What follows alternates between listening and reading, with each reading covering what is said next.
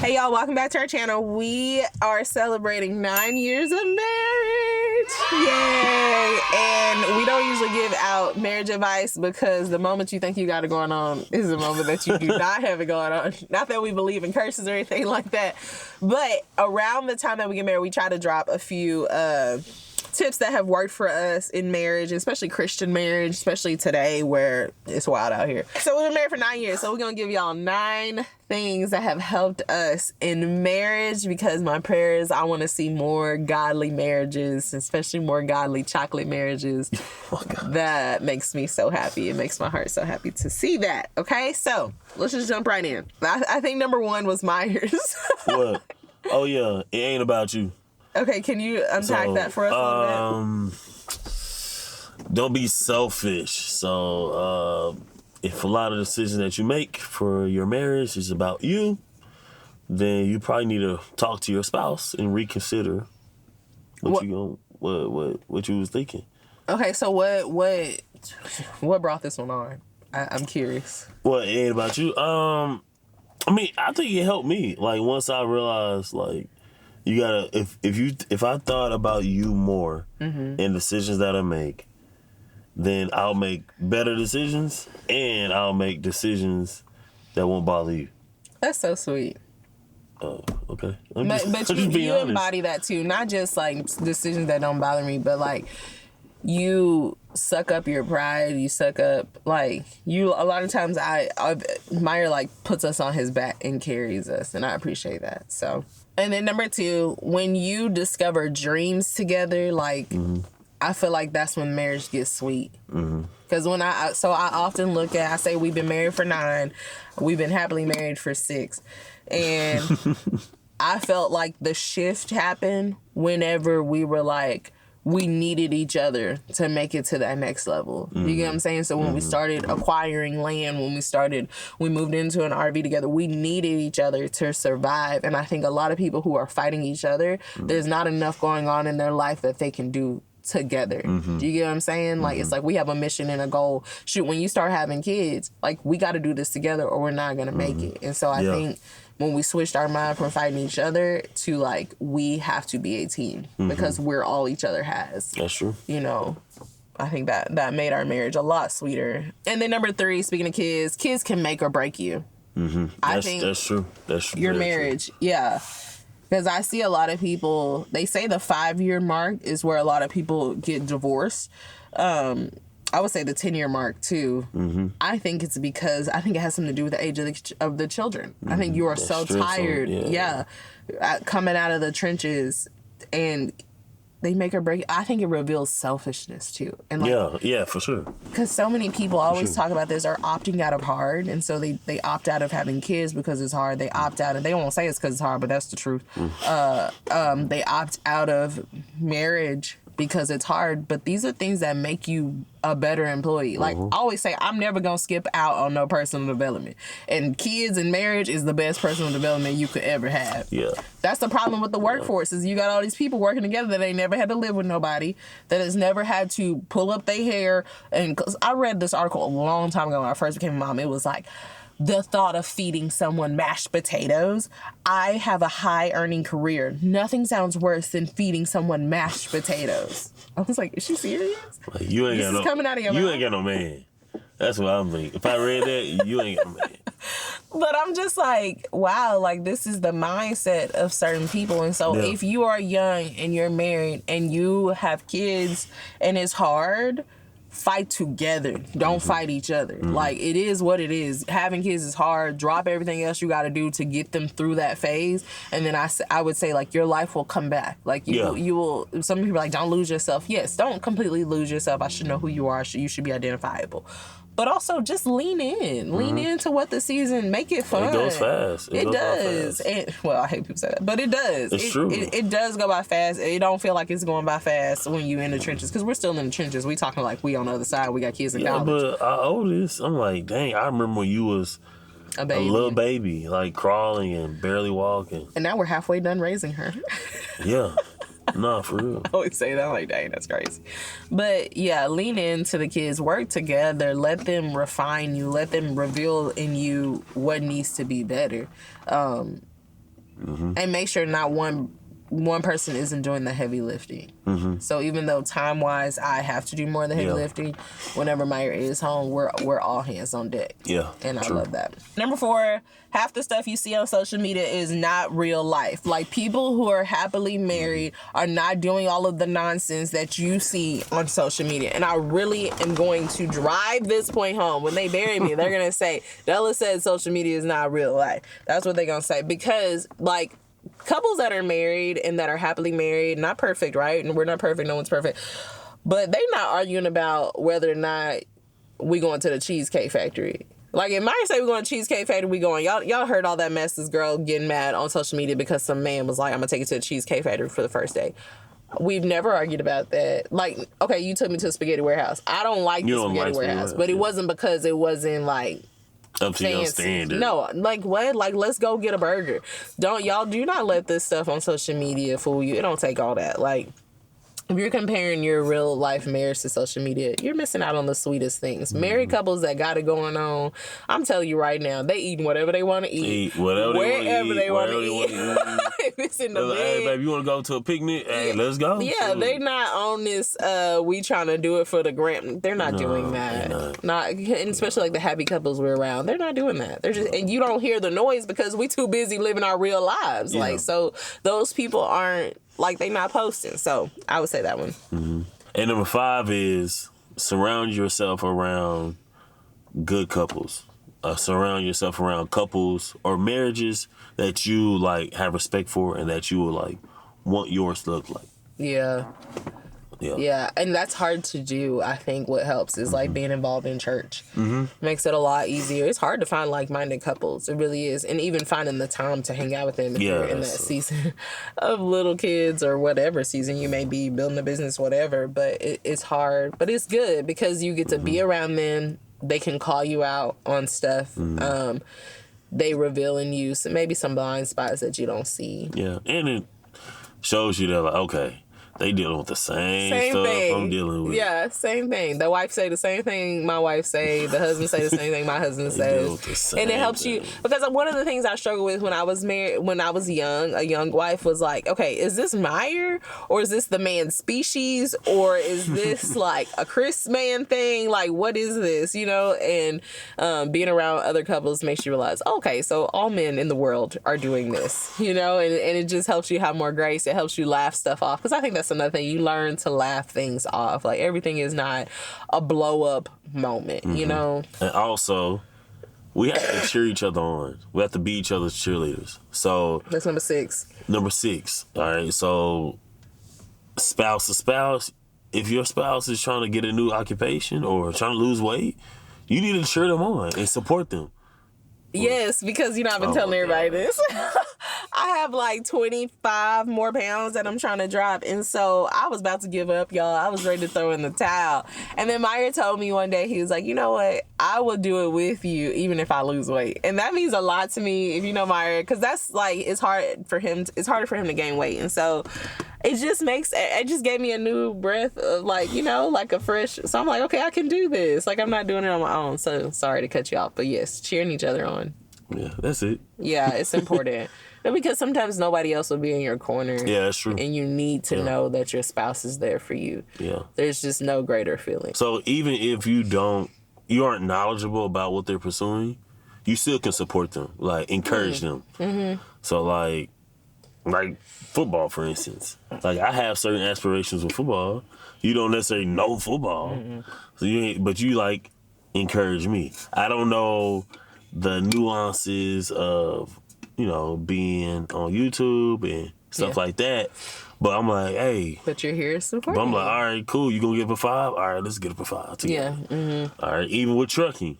Yeah. I did all that, but you supported me. Like, hey, Meyer, did you get your blah, blah, blah done? I'm like, oh, dang, you're right. I didn't get it done. Yeah. So you still can encourage, even if you're not knowledgeable about what they're pursuing. And find your space that you can. So I know nothing about football as far as, like, the stuff they're calling when they're running on the field. But like the leadership aspect of it, the team culture aspect. I'm like, yes, let's talk about this all day long. So that's kind of like our common ground. You know what I mean? Or like even little stuff like NFL, I don't want to watch the games. The roaring, like it does something to my nervous system. But like my football life, is that what it's called? I was like, oh, I could watch this. Or just the stories of the players. I'm like, I can get with this. So just finding those little things, ways you can connection points. Sure. Yeah, I think you even got into podcasts because of me. Yeah, you're right. Yeah. Because when I first heard the podcast, I was like, man, I don't want to hear nobody talk. Like, I'd rather listen to music. Yeah, but now we can, like, talk. Yeah. We send each other videos, so. Number 7, having a culture of togetherness. What we can do together, we do together. Because there's already not enough time in a day. True. And it's even with our children. A culture of togetherness. Like, I don't want to ship them off every chance I get, even though it will be easier, because that culture of togetherness, what it does is it allows iron to sharpen iron. It builds our culture as a family. Like, even one of our daughters, she's like, I just love when we're all together. She don't want us to work. I'm like, girl, we're going to be broke. Yeah. She's like, Dad, you going to work again? I'm like, yeah. You got to go to work. Mommy, you're still in your meeting? You're still working? Yes, this is what it takes to feed y'all. But I love that, at least right now, I know when they get older, things change, but I pray that we still have that culture of togetherness. Like if there's an error in that, and it's not that we have to be up each other's butt all day long every day. Like you vocalize if you need a break, you know what I'm saying? But I think we're more intentional about.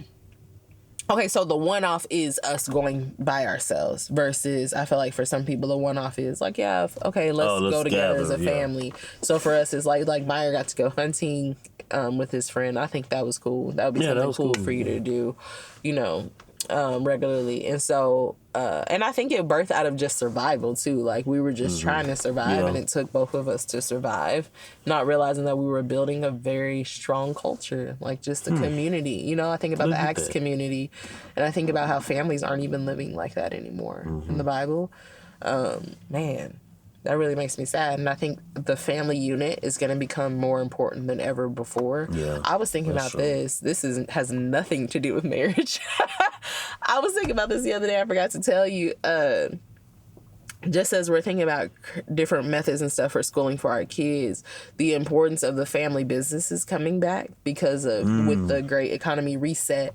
You know how like families, their economy is going to be dependent on their family business. Yeah. And so the children being home with us more is going to help us. Like they going to help generate income just by being there. Keeping the business going. Yeah, and I think that's even important within marriage is thinking about what do we have together that's going to generate income for us in this next economy that we're going to be walking into because it's going to take togetherness, really. Yeah. And so there you go. Free has nothing to do with marriage, but everything to do with marriage. And number 8, pride and selfishness.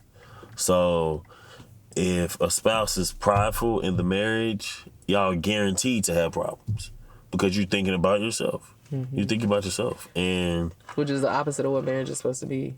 It's the opposite. Like, Christ literally died for the church. Yeah. So, like, I always, like, when I'm in my selfish mode, I try to think about... I don't know when you're in your selfish mode. No, when I'm in my selfish, like, headspace. Okay. I'm like, all right, I want to be selfish right now. I don't want to get you... I don't want to get you water. Yeah. Even though I'm standing up. I don't, girl. Like, you know what I mean? Like, I don't want to go change a diaper. I don't want to go, even though I should, I don't feel like going to pray for the girls at bedtime. Like, I'm tired. I don't feel like doing it. So I always remind myself, all right, like, is this about you? Nah, this ain't about you. Are you being prideful? And, bro, Christ died for the church. Even though they weren't deserving. So, have my kids giving me anything financially besides, the only thing they gave me is love. And that's partial. Shoot, sometimes they'll be showing that they love me. But I remember, it ain't about you, Maya. Like, you take care of them regardless. Yeah. Even if they can't feed you, you feed them. And God will bless me for that. So I ain't worried. I think pride is such a sneaky thing too. And it's just like the devil. Man, like one of the things that I really value about our marriage is that if anybody ever came to me and they were like, we'll give you $1 million to give us the real Amire, I would have nothing else to say but to say you are the man that you say you are. And that's sweet. yeah, and that what y'all see is only 60% of who he is. You know, like there's so much hidden sacrifice and there's so much hidden just things that you do where you come through. You know what I mean? And I think with pride, I see people acting one way in public, and I just know by the way that their spouse is looking that they do not act like that at home. You know what I mean? Yeah. Like, you don't even have the respect of your spouse. I think for me, that's a big thing, is like, if I go out here and do all these amazing things, but I don't have your respect, then I feel like I failed. Yeah. You know what I mean? Like, I feel like what I look like being on the internet, talking about Jesus and all this stuff, and I'm a horrible wife. Not a perfect wife, but I'm a horrible wife. Like, if you come to me with a concern, I'm like, get off with that, you know? But then I'm over here, Jesus loves you. You know what I mean? Like, what? And people do that. Like, especially pastors' wives, I see them, and I'm just like, they don't believe nothing this joke is saying out of his mouth, because he doesn't live like that at home. You know, and that breaks my heart for them. And I'm glad we don't have that. And I think it's because pride is not really tolerated in our marriage at all. I can't stand pride. Number 9 is sex is important. This is always going to make our list, I feel like. It's so, so important. It is. It just is. And I think the older we get and the more we mature in our marriage, the more I realize that. And the more dynamic it can get, the more... we're just wiser. So, for instance, if I'm pregnant, we know, like, the first trimester is going to be rough. I know how to communicate that. I know how to say, it's not you, it's me. I just got over being sick, and I was able to say, man, I know I've been slacking, but give me a few days, you know what I mean, to get myself together. But and I can't be selfish and be like, man, you ain't putting out. It's been a week. It's been 2 weeks. Like, bro, she is tired. She's literally, her body's creating another human. Yeah. But also, to that point, I try to make it my job to say, like, we're not finna go 2 weeks. We're just not about to do that. Yeah, fair. Because the more mature you get, I think, too, you realize that sex is a discipline, like anything else. And it sounds unsexy to say sex is a discipline. Sex is a discipline because we want an intimate relationship. And if I want an intimate relationship, then I can't be just, why aren't you hugging me? Why aren't you looking? Well, I haven't loved you in the way that you receive love. Do you get what I'm saying? Yeah, it's like... Yeah, sex is a discipline, especially in Christian couples. And if you're not there yet, like, pray for it. There was a year where that's what we prayed. That was literally the goal. You feel me? Like, that was the goal for the year, a better sex life. And we prayed for it, and we prayed for it. I had girlfriends that I trusted. They were praying for it. Like, everybody praying for it. You know what I mean? And that was necessary. So, any other advice you can think of? I know we did 9 for the people, but I think we're leaving at 9, no, 9.5 or... Well, we're about to hit 10 years, so what are you looking forward to in the next decade? Oh, next decade, dang. Yeah, you know, I like to... Yeah, I wasn't ready for that one. Think long term. Next decade, to start building legacy with you. What does that mean? So financially, just like business-wise, you know, wealth-wise, like just start building a legacy with you. That expands outside of. Is that the next decade though? Yes. Okay. Yes. Okay. You talking about 10 plus? Yeah, I guess so, because we'll be 40. Yeah, like that's what I'm about. I'm not saying like it has to be established. Like, oh, we already, you know. Yeah. Met our all our goals, but it should be like, okay, we got this going, we got this going, we got this going. Yeah, and I was thinking about the other day, one thing me and Maya used to do when you talk about dreaming together, we used to drive around in the country, and we used to go to small towns. We used to dream about where would we want to live, what would we want our house to look like, what do we want our property to look like, and we used to drive around. And then the other day I was thinking, like, man, why don't we do that anymore? Like, did we stop dreaming? But we're building now. We were in a dreaming phase, and I think that's good wisdom, is like those first 5 years, dream together, think about what you want. But now we're in these next 5 years, and we've been doing, like, we've been in the trenches. And so, and you ain't no time for dreaming. You don't have time for no joy rides or anything like that. But then I think this next decade, like you said, is going to be the building of it, being faithful to the dreams that God gave us, the building of it. And I'm excited to even receive the fruit. I feel like we're about to walk into some fruit that we prayed for, cried for, worked for in the last 9 years. I'm excited to begin to live in that and be able to experience some things, you know, and with the kids becoming more independent, if we don't have no more kids. But with them becoming more independent, now I kind of need to hurry up and get potty trained and stuff.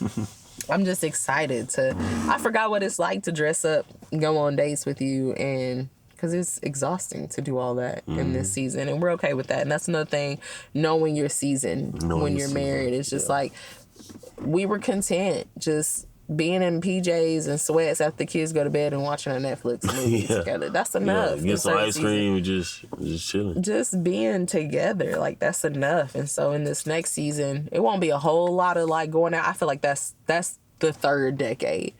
Like, because our friends, man, we got some friends in their legacy years. Yeah, they be trying to get us out in these streets every weekend. We're like, yo, we got responsibilities.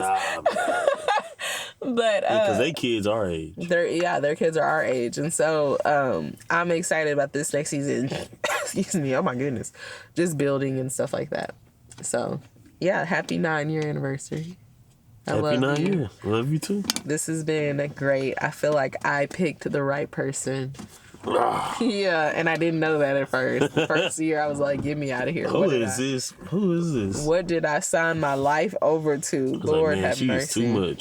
Too much. Yeah, that's for sure what I was thinking. Would you like to unpack that for me? Okay, you want to unpack it? What do you mean? Bold personality. He was like straight to the point. Why would you want anybody different? Why would you want somebody beating around the bush? Nah, it wasn't like you was beating the bush. You was beating the bush when you approached the bush. You know what I mean? That's the thing. But now you don't beat the bush. You don't beat around it neither.